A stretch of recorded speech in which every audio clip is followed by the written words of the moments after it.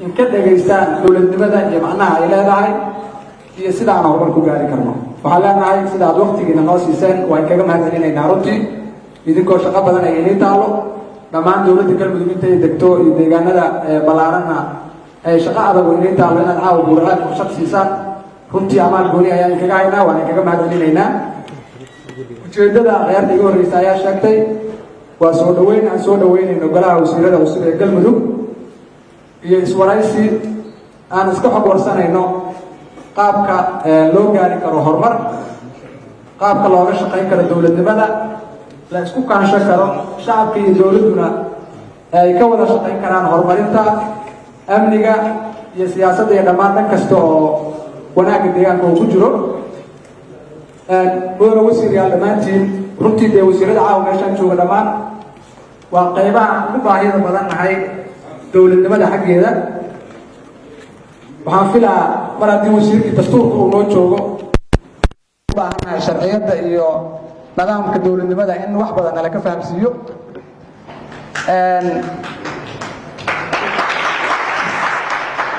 si lamid ah degmada Gurceel runtii waa degmo dadkeedu ay aad u jecel yihiin horumarka iyo dowladnimada wayna ka muuqataa caawa waad arkaysaan.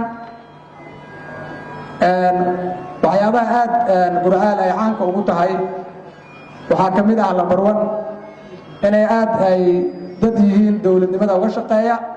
waa meeshii koowaad ee dowladnimada la dhihi karo ama dhibaatada Soomaaliya haysata waa dadkii koowaad ee dareemay in caqabada Soomaaliya haysata laga wareejin karo. caqabadaas oo ah cadowga ummadda Soomaaliyeed ee al-shabaab waa degmadii koowaad ee inta tashatay shacabkeedu ay u baraarugeen inay iska dhacayaan cadowga.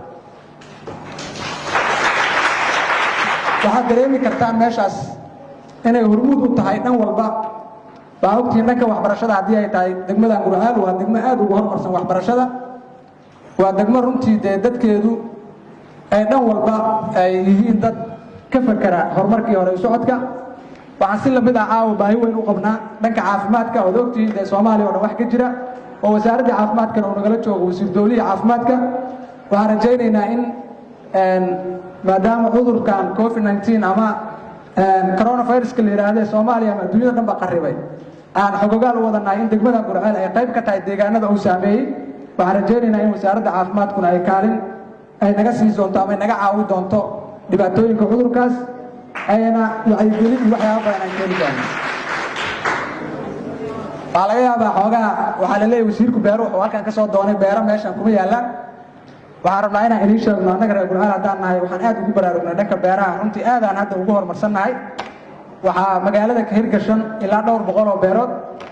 waan rajaynaynaa sanadka dambe 2,000 inaan gaarsiino. aadaan ugu baraarugnay dhanka beeraha inaan horumar ka gaarno. dhammaan wasiirada waxaan ku dhiirigelinaynaa inaan horta garab taagannahay soo dhaweynayno anoo ku hadlaaya afka bulshada degmada Gurceel. waxaan leenahay mudane wasiir soo dhawaada dhammaantiin idinkii inta aad matalaysaan baa waxaan rabnaa inaan si mug leh reer Gurceel dowladnimo ay diyaar u yihiin. idinka waana soo dhaweynay cid walba ee dowladnimada ka shaqeynaysa iyo madaxda qaybaheeda kala duwan waxaan rabnaa inaan soo dhaweyno. waxaan rajaynaynaa madaxda ugu sarreeyda galmudugna inay halkan soo gaari doonaan dareenka bulshada degmada Gurceel ay arki doonaan ayna dhageysan doonaan dadka Gurceel baahiyahooda muxuu ahaa iyo waxyaabaha ay tabanayaan. runtii si gooniyana waa isku arki doonaa. si guunta waxaan rabnaa inaan insiin raano Gurceel oo aad arkaysaan inay dowladnimadii diyaar u tahay oo aad arkaysaan inay dowladdii soo dhaweynayso kana shaqeynayso nidaamkii dowladnimada. waxaan u baahannahay xaquuq badan ayaa naga maqan oo dowladnimada nooga maqan oo aan aaminsanahay in systemka dowladnimo xaquuq badan oo Gurceel uu leeyahay oo degmada Gurceel ay leedahay in dad gaar ah ama si gooniya xoogaa xaquuq dowladnimo lagu dulmo. waxaan u baahannahay dhammaan wasiirada goobtan fadhiya iyo inta codkeenu gaarayaba inay naga gacan siiyaan nagalana shaqeeyaan sidii xaquuqda degmadan ay leedahay ee gacan kale ku maqan ee nooga gacan siin lahaayeen. mar kale mudane wasiir iyo dhammaan wasiirada meesha fadhiya soo dhawaada. Gurceel waa hoygiinni waa golihii dowladda galmudug. waxaan ku soo dhaweynaynaa gacmo furan. waan rajayn doonaa inaad bulshada qayb ula kulmi doontaan dhageysan doontaan baahiyahooda arkina doontaan daruufaha jira iyo horumarka jira ee la rabo in la sii dhaqaajiyo. ma rabo inaan ku sii dheeraado waqtigu waa kooban yahay.